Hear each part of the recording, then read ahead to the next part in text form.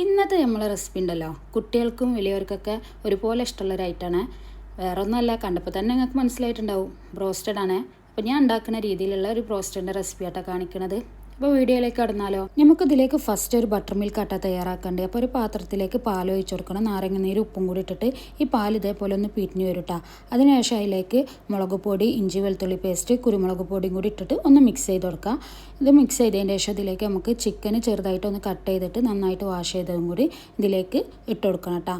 എന്നിട്ട് ഒരു മണിക്കൂർ നമുക്കിത് ഫ്രിഡ്ജിലൊന്ന് റെസ്റ്റ് ചെയ്യാൻ വെക്കാം. 1 മണിക്കൂറോ 2 മണിക്കൂറൊക്കെ വെക്കട്ടോ, അതൊക്കെ നിങ്ങളിഷ്ടം. ഇനി ഈ ചിക്കൻ ബ്രോസ്റ്റ് ചെയ്യണ മുന്നേ നമുക്ക് ഇതിലേക്ക് ഒരു ബാറ്റർ തയ്യാറാക്കണം. അപ്പോൾ ഒരു ബൗളിലേക്ക് മുട്ട ചേർത്ത് കൊടുക്കണം. അതേപോലെ സോയാ സോസ്, മുളക് പൊടി, ഉപ്പ്, ഇഞ്ചി വെളുത്തുള്ളി പേസ്റ്റ്, കുരുമുളക് പൊടി, ഒരിഗാനോയും കൂടി ചേർത്തിട്ട് നന്നായിട്ടൊന്ന് മിക്സ് ചെയ്യുക. അതിനുശേഷം അതിലേക്ക് മൈദപ്പൊടിയും കൂടി ചേർത്തിട്ട് ഒന്നും കൂടി ഒന്ന് മിക്സ് ചെയ്തതിന് ശേഷം നമ്മൾ ഈ ബട്ടർ മിൽക്കിൽ ഇട്ട് വെച്ചിരുന്ന ചിക്കൻ ഉണ്ടല്ലോ, അത് ഇതിലേക്ക് ഇട്ട് കൊടുക്കണം. എന്നിട്ട് നന്നായിട്ടൊന്ന് മിക്സ് ചെയ്തതിന് ശേഷം വീണ്ടും 1 മണിക്കൂർ നമുക്ക് ഇതൊന്ന് ഫ്രിഡ്ജിൽ റെസ്റ്റ് ചെയ്യാൻ വെക്കണം കേട്ടോ.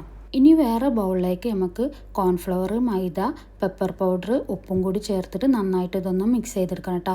ഉപ്പ് ചേർക്കുന്ന വീഡിയോ മിസ്സായി പോയത് ഞാനിപ്പോഴാട്ടോ ശ്രദ്ധിക്കണത്. നമുക്ക് എന്നിട്ട് ഈ പൊടിയിലേക്ക് ഓരോ പീസ് ചിക്കൻ ഇട്ടിട്ട് നന്നായിട്ടൊന്ന് കോട്ട് ചെയ്തെടുക്കുക.